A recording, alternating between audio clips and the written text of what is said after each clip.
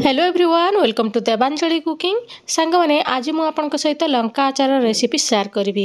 यही लंका आचार को आगु जिते थर भी बनाऊली बहुत शीघ्र खराब हो जाऊला। तो आमर जड़े मैडम अच्छा से बहुत बढ़िया लंका आचार बनाती तो तांकोठु मु शिखिली से ट्रिक आउ टिप्स सहित आपण सहित आज शेयर करी यही रेसिपी को। सांग मैंने भिडियोटी को शेष पर्यंत देखते और जब चैनल रे नुआ अच्छा प्लीज चैनल टी को सब्सक्राइब कर दिंतु एभलिया नुआ नुआ रेसिपी देखापी।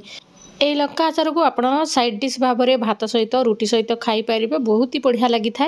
आउ बहुत दिन पर्यंत या स्टोर करके रखिपारे जल्दी खराब होबार जमार चांस ना से सहित यही रेसिपी शेयर करुँची। बहुत दिन पर्यंत आप स्टोर करके रखिकी खाईपारे आउ बहुत ही टेस्टी लगी था।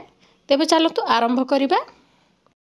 देखंतु एठी मु आधा केजी खंडे कंचा लंका नहीं जाइए। आपण निज परिमाण रे कम बेसी करि पारिबे अधिका मध्य करि पारिबे किछि असुविधा नहीं। याकू भल भाव में धोई नहीं याकू टिके भलिया गोटे टावल पकईकी सुखई नबा।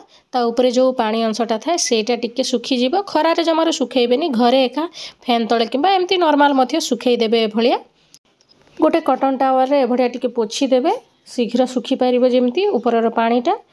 देखंतु बढ़िया भाव में आम लंकाटा सुखीगला। एबे आम या तार जो डेम्फटा थाए ताकू छिंडे कि एबे काटिबा। कैंची रे काटुची मु बढ़िया इजी होता है। हाथ भी जलेनी एभलिया काटिले आपण चाहिले छुरी रे मध्य काटि परिबे किछि असुविधा नहीं। किंतु कैंची रे एभलिया काटिबा द्वारा बहुत इजी रे कटि जाई थाए आ हाथ मध्य जलेनी सेति पई मु एभलिया काटि नेछि। देखंतु सबुतक को मु काटि सारी छी। चलंतु या पई आग बढ़िया मसला तैयारी करि नबा।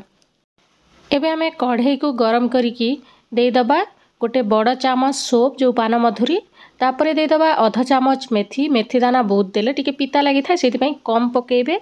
तापरे आधा चामच देदबा एथिरे कला जीरा तापरे देदबा आधा चामच एथिरे जीरा बढ़िया फ्लेवर आसीबो। एई सब को पूरा लो फ्लेम रे ही भाजीबा। टिके जस्ट यार स्मेलटा आसीबा पर्यंत ही भाजीबा। बेसी नाली करबानी नहले टेस्टा मसलार खराब हो जाए था। टिके भाजी नवा। देखंतु बढ़िया भाव भाजी हो गलानी। एबे आम या पूरा ठंडा करिकी ग्राइंड करि नवा। पूरा ठंडा नहला जाए ग्राइंड करिवेनी। तापरे एबे आम कढ़ई रे दे दबा आधा लीटर खंडे तेल। जेहेतु मु आधा केजी लंका नहीं आपण कम बेसी करि पारिबे तेलर मुटिके अधिका दिन रखिबी सेति पई अधिका टिके तेल नउची। तेल को भल भाव में गरम करि नबा। तापरे एथिरे हिंग दे दबा बहुत बढ़िया फ्लेवर आसीबो। तापरे दे दबा लुण। मु एथिरे 4-5 चामच लुण बड़ बड़ चामच रे दउची। देखंतु लुण टिके अधिका ही पड़ी थाए लंका आचार रे। भल भाव में गोळेई नबा। तेल भल भाव में गरम हो सारले ही आपण एई सब को पकेइबे। देखंतु गोला भल भाव में सरी जाइए। आम एथिरे सोरिष को मु जमारू भाजीनी। देखंतु एभलिया मो पाखरे चोपा छड़ा सोरिष थिला सेति पई मु एभलिया दे दोची। आपण टिके भाजी की मध्य नॉर्मल जो सोरिष आछे जो चोपा वाला ताकू मध्य देई पारिबे टिके ग्राइंड करिकी।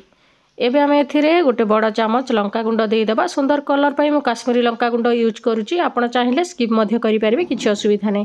तापरे जो मसलाटा आम ग्राइंड करथिले ताकू एथिरे दे दबा। भजा मसलाटा मिक्स करि नबा। देखंतु बढ़िया भाव में हमर मिक्सचर मसलाटा तैयारी हो गलानी। एबे चलंतु एथिरे लंका पकेइबा। देखंतु लंका को एबे सबु तेल सहित गोळेई नबा। एई समय रे आपण फ्लेम को पूरा लो करि देबे। सबुतक गोळेई सारला परे आमे फ्लेम को ऑफ मध्य करि दबा। देखंतु एबे आमे एथिरे दे दबा गोटे कप लेंबू रस द्वारा तार राग खटा फ्लेवर आसीबो सेति पई मु लेंबू रस यूज करूची। देखंतु ए सब को भल भाव में गोळेई दबा।